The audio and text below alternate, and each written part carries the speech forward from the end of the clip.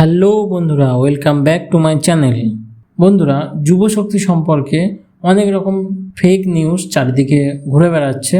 অনেকেই তার ফাঁদে পড়ে অনেক রকম লিঙ্কে ক্লিক করে ওটিপি শেয়ার করছে এবং তারা অনেক রকম সমস্যার সম্মুখীন হচ্ছে। আমি আজকে এই ভিডিওতে তোমাদের দেখাবো তোমরা কিভাবে সেই সব ফেক নিউজ থেকে বিরত থাকতে পারবে।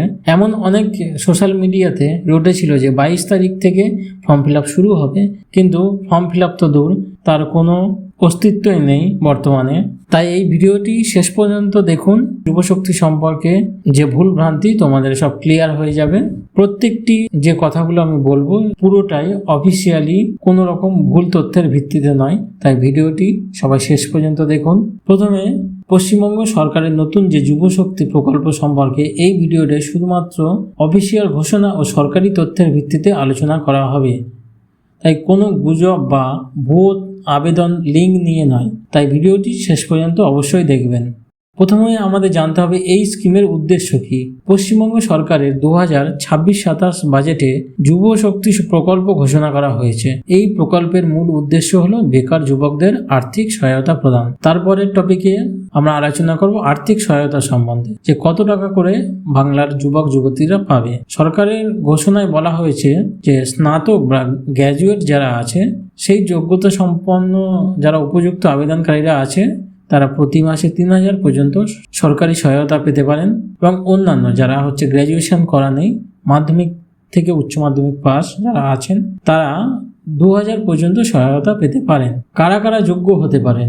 সরকার যে অফিসিয়ালি ভাবে যে কটি তথ্য দিয়েছে, আমরা শুধুমাত্র সেই কটি তথ্য নিয়ে আলোচনা করব। প্রথমত, কারা কারা যোগ্য? পশ্চিমবঙ্গের স্থায়ী বাসিন্দা হতে হবে, নির্ধারিত বয়সসীমার মধ্যে হতে হবে, অর্থাৎ সরকার যে বয়সসীমা বলেছে 21 বছরের ঊর্ধ্বে থাকতে হবে, সেই বয়সসীমা মধ্যে হতে হবে, এবং পুরোপুরি বেকার হতে হবে, কোনো রকম সরকারি বা বেসরকারি কর্মে যুক্ত থাকলে হবে না।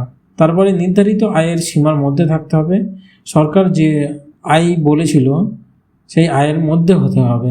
তবে মনে রাখবেন, চূড়ান্ত এলিজিবিলিটি ক্রাইটেরিয়া এখনও সরকার আলাদা করে বিজ্ঞপ্তির মাধ্যমে প্রকাশ করেনি। তাই কোনো ইউটিউব ভিডিও বা সোশ্যাল মিডিয়ার তথ্যকে সরকারি তথ্য মনে করবেন না। আমরা যদি গভর্নমেন্টের যে যুবশক্তি পোর্টালে যাই, তোমাদের দেখিয়ে দিই। এখানে দেখো, শুধুমাত্র ওয়েবসাইটের ছবি চেঞ্জ হয়েছে এবং অ্যাপ্লিকেশান সাবমিশন এবং অনেক অ্যাপ্লিকেশান স্ট্যাটাস সবে ওয়েবসাইট কিন্তু রেডি হচ্ছে, পুরোপুরি চালু হয়নি। তাই আমরা যদি এই অ্যাপ্লিকেশান সাবমিশনে ক্লিক করি, দেখতে পাবো যে অ্যাপ্লিকেশান যে পুরনো যে যুবসাথী, সেই পোর্টালটাই কিন্তু আপডেট হচ্ছে, এখনও পুরোপুরি চালু হয়নি। তাই কোনো রকম সোশ্যাল মিডিয়ার তথ্যকে সত্যি বলে মনে করবে না। সবে এখন ওয়েবসাইট রেডি হচ্ছে, খুব তাড়াতাড়ি ফর্ম ফিল আপও চালু হয়ে যাবে। আমরা পরের তথ্যে যাই।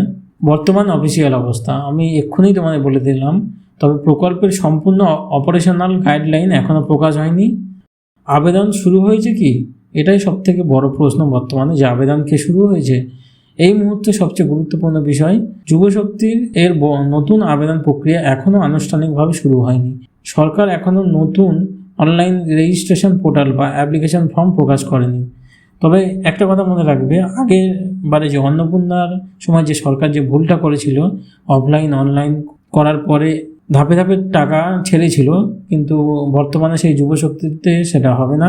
সম্পূর্ণটাই অনলাইন করার পরে তারা ভেরিফাই করে দেখবে এবং একসঙ্গে টাকাটা ছাড়বে, আলাদা আলাদাভাবে ধাপে ধাপে কিন্তু টাকাটা ছাড়বে না। আচ্ছা, এরপরে এছাড়া পূর্বের বাংলার যুবসাথী পোর্টালে স্পষ্টভাবে জানানো হয়েছে যে অনলাইন আবেদন গ্রহণের সময়সীমা শেষ হয়েছে, যেটা আমি তোমাদের এক্ষুনি দেখাচ্ছিলাম। নিচের দিকে এলে এই যে অ্যাপ্লিকেশন সাবমিশনে দেখো, ক্লোজ 26শে ফেব্রুয়ারি 2026 যুবসাথী, অর্থাৎ যুবসাথীর সেই পোর্টালটাই এখনও কিন্তু রয়ে গেছে, নতুন করে কিছু এখনও আপডেট হয়নি। ভুয়ো তথ্য থেকে সতর্কতা।